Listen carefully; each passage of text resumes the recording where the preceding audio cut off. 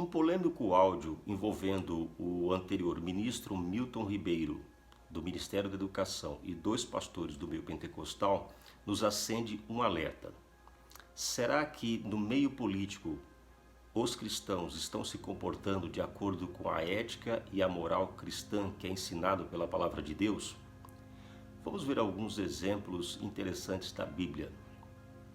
Nós temos aqui, por exemplo, em Gênesis capítulo 41, após a interpretação e o esclarecimento do sonho do faraó do Egito, José, ele ganhou o status de governador do Egito e foi levantado para ser aquele que administraria a casa de faraó nos momentos de fartura e posteriormente os momentos de crise. No livro de Daniel, no capítulo de número 2, nós vamos ver que após a interpretação do sonho de Nabucodonosor, onde Daniel não só revelou o sonho, mas interpretou, ele também ganhou o status de ser o administrador da província de Babilônia, portanto, passou a ser governador local, tendo toda a confiança do imperador.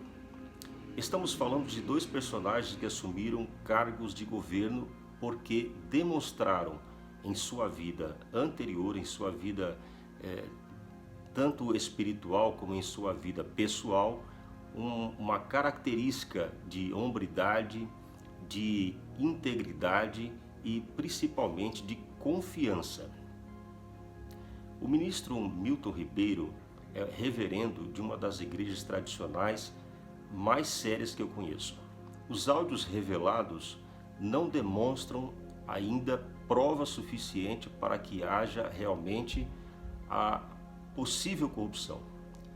Levantam-se suspeitas porque estamos em período eleitoral e tudo que ocorre em período eleitoral é amplificado pela imprensa, principalmente se a imprensa estiver alinhada com os partidos de oposição e com aqueles candidatos que não são hoje os candidatos de preferência da população.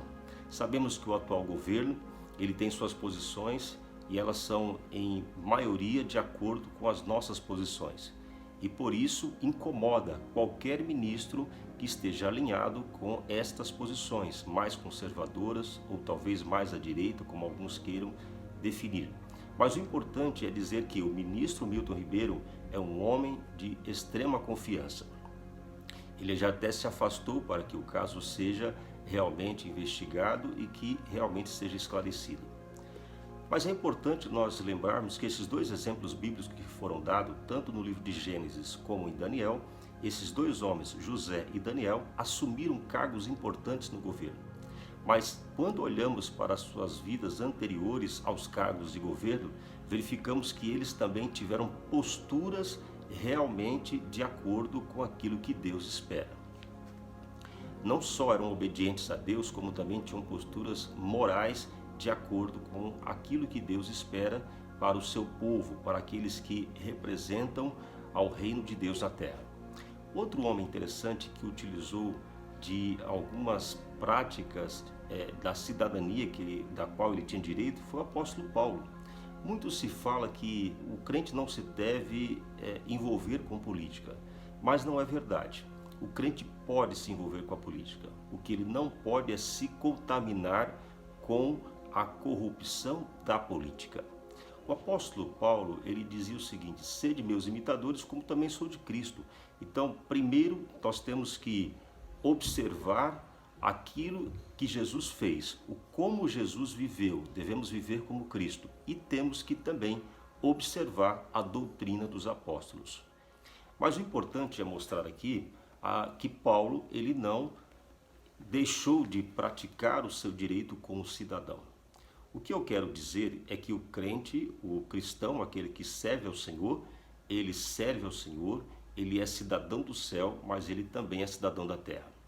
Portanto, antes que alguém tenha algum julgamento premeditado sobre o que está acontecendo na política, sobre o que está acontecendo com relação a alguns que foram acusados de corrupção e, portanto, são cristãos, devemos aguardar o fim do julgamento dos homens.